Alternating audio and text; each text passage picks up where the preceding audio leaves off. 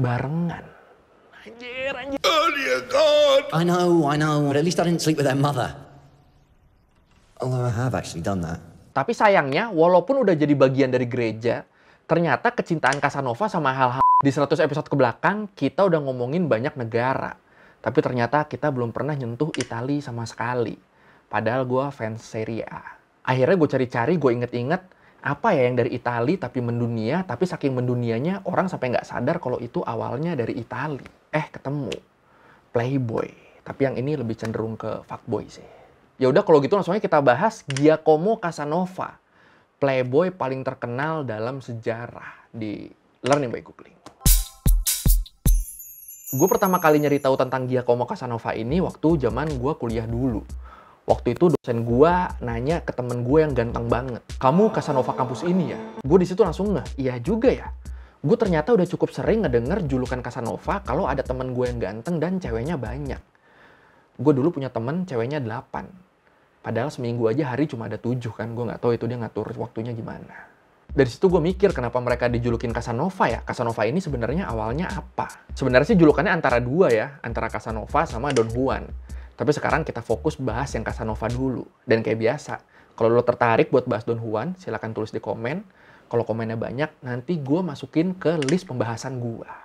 Silahkan. Jadinya Casanova itu apa? Yaitu ternyata Casanova ini diambil dari nama orang. Giacomo Casanova. Playboy paling legendaris dalam sejarah. Jadi Giacomo Casanova ini lahir di Venice. Di Venezia pada tahun 1725. Lu tau kan Venezia? Kota di Italia yang 80%-nya udah ketutup air. Kalau di One Piece ini Water 7. Nah, Casanova ini lahir dari keluarga teater. Bapaknya aktor dan ibunya aktris. Umur 9 tahun, dengan alasan buat ngobatin penyakit mimisan yang dideritanya, Casanova dikirim ke daerah Padua buat tinggal bareng gurunya di sana. Dan di rumah gurunya inilah Casanova dapat pengalaman mesum pertamanya dari anak perempuan si guru. Ini dari umur belasan udah mulai kelihatan bakatnya ya Casanova berarti ya.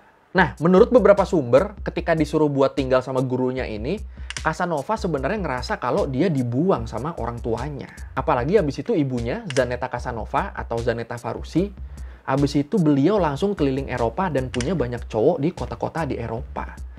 Dan sejak saat itu, Casanova ini jadi benci banget sama ibunya. Ini kan sayang banget ya, padahal kan Casanova ini ternyata bakatnya nurun dari ibunya. Dan ternyata selain ganteng, Casanova ini juga pinter banget. Di umur 12 tahun dia udah masuk kuliah, dan di umur 17 tahun dia lulus kuliah dengan gelar sarjana hukum.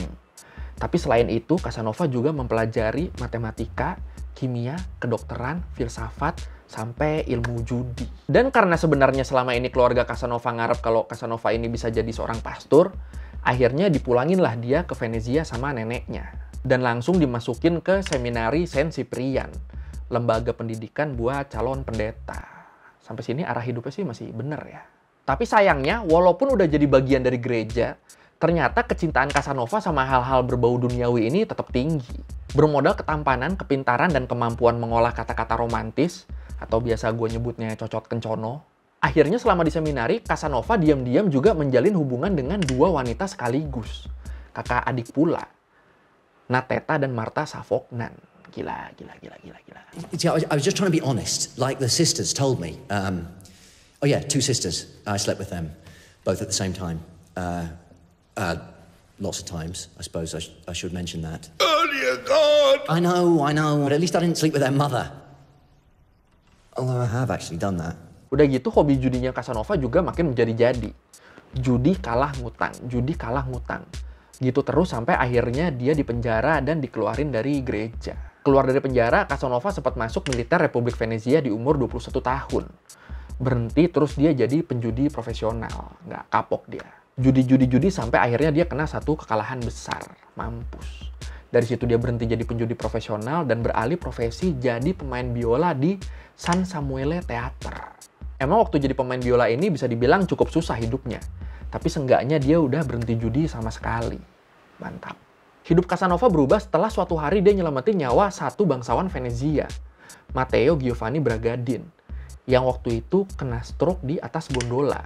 Dan kebetulan Casanova lagi ada di atas gondola itu juga. Lewat ilmu kedokteran yang sempat Casanova pelajari, akhirnya dia berhasil nyelamatin nyawa si Bragadin ini. Terus Bragadin ngerasa berterima kasih dan dia ngangkat Casanova jadi asistennya. Dan ya udah, bermodal ketampanan, kepintaran, dan kemampuan bicaranya, abis itu Casanova jadi terkenal di kalangan bangsawan. Disinilah Casanova makin sering main cewek. Dan karena kondisinya udah membaik, dia udah jadi kaya raya, balik lagi juga dia main judi lagi. Casanova di bukunya sendiri juga bilang, saya kecanduan setiap jenis kehidupan yang bejat. Dari sini kan kelihatan ya kalau Casanova ini sebenarnya tahu kalau kelakuan dia ini salah. Tapi tetap dilakuin. Ya begitulah manusia. Emang dia bejatnya ngapain aja? Ya banyak, tapi kita fokus ke skandal-skandalnya aja ya yang bikin dia terkenal. Jadi dari pertama kali masuk ke kehidupan bangsawan di Venezia, Casanova ini udah mulai ganti-ganti cewek. Nggak peduli dari kalangan mana, nggak peduli udah punya pasangan atau belum, semuanya dia hajar. Sampai akhirnya ada satu cewek muda yang ngaku diperkosa Casanova dan ngelapor ke pihak berwenang.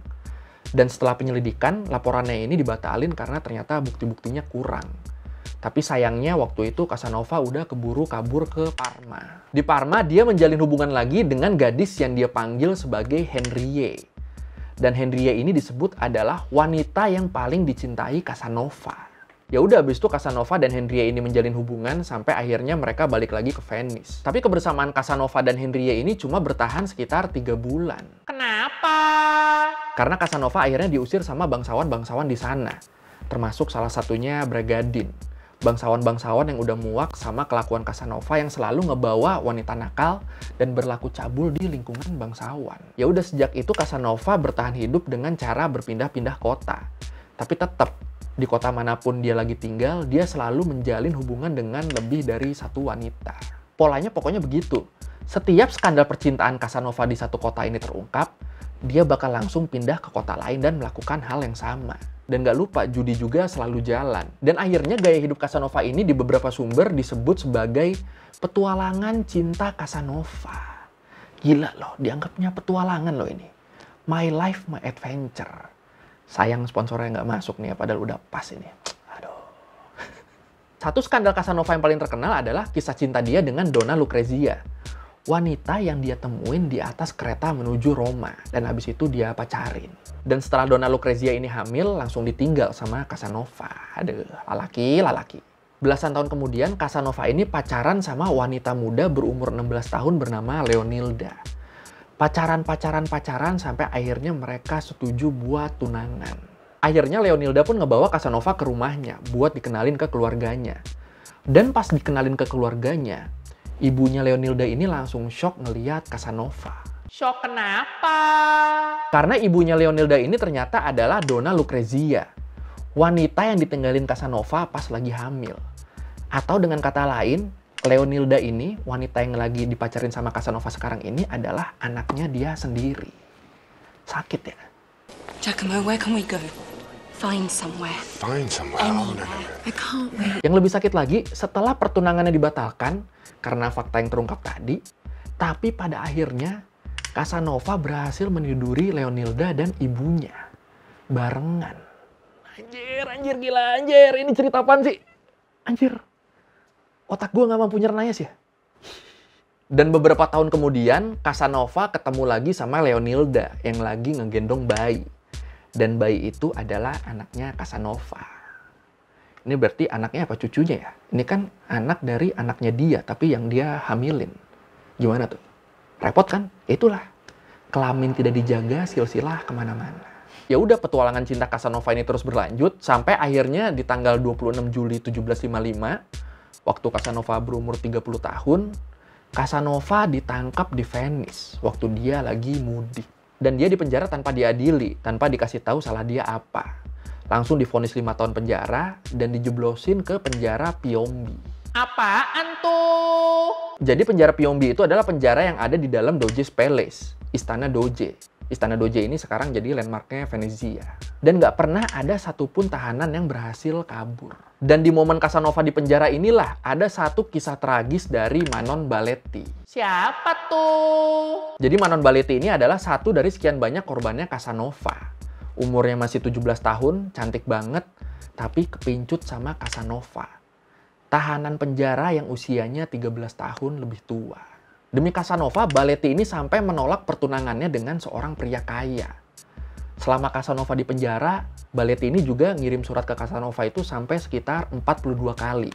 Tapi nggak pernah ada satupun yang dibales. Dan yang paling sedih, Baletti ini sampai ngegadein semua perhiasannya buat ngeluarin Casanova dari penjara. Berhasil nggak? Enggak, karena akhirnya Giacomo Casanova berhasil kabur sendiri dari penjara itu di tahun 1756.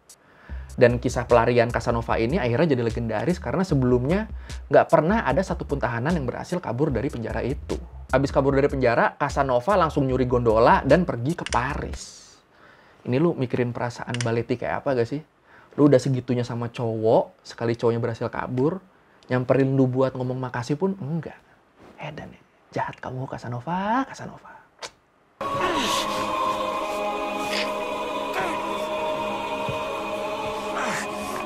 Sampai di Paris, Casanova pun hidupnya ya begitu-begitu lagi. Judi terus sambil ceweknya ada di mana-mana. Dan dia tetap berpindah-pindah kota. Bahkan pindah-pindah negara ini. Belanda, Inggris, Rusia, Spanyol, semua pernah dia tempatin. Sampai akhirnya Casanova berumur 50 tahun. Sampai akhirnya dia jatuh miskin, kena penyakit kelamin, dan kehilangan ketampanannya.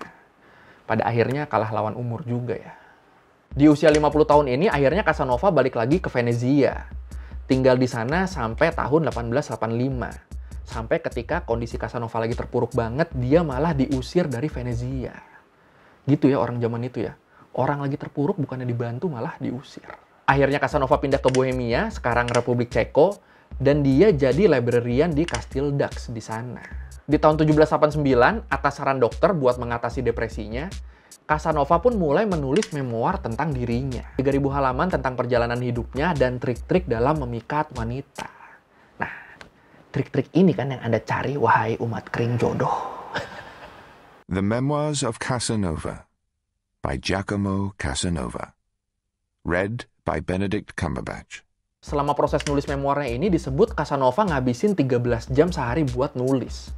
Nulis sambil terus tertawa keras. Dia bilang, menyenangkan mengingat berbagai kebahagiaan yang dulu saya alami. Menghibur diri saya karena saya tidak mengarang. Agak kasihan sih ya, jadi membanggakan kejayaan masa lalu gitu kan. Stayed close, so we could linger with the little stolen music and finish the dance. Nah, ini salah satu tulisan Casanova. Kelihatan kan tuh tanda tangan di bawahnya tuh, Giacomo Casanova. Memoir ini isinya eksplisit banget. Semua hal yang pernah dia lakukan sama cewek-cewek di hidupnya, dia tulis dengan detail di memoir ini. Dia juga nggak pernah nahan diri buat mendeskripsikan satu persatu perempuan-perempuan yang pernah dia gauli. Ya Allah, bahasa gua gauli. Kalau ceweknya menurut dia oke, dia puji habis-habisan di buku itu. Tapi ada beberapa cewek yang dia deskripsikan sebagai kotor, jelek, dan tidak tahu tata krama.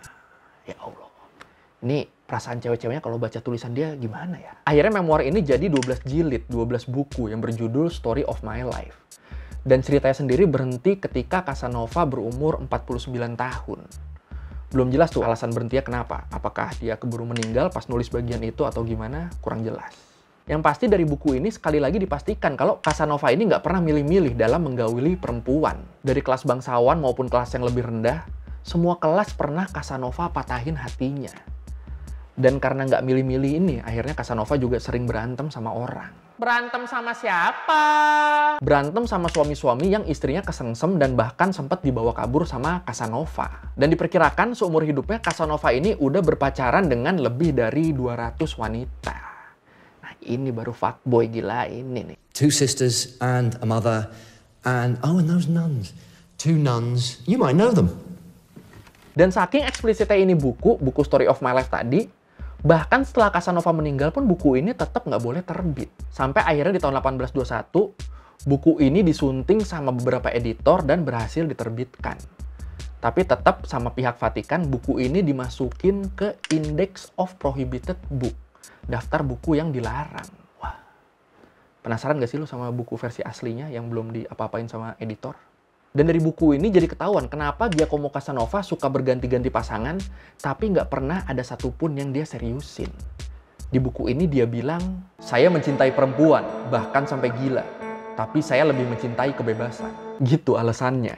Mungkin ada yang hidupnya satu paham sama Casanova, silakan komen.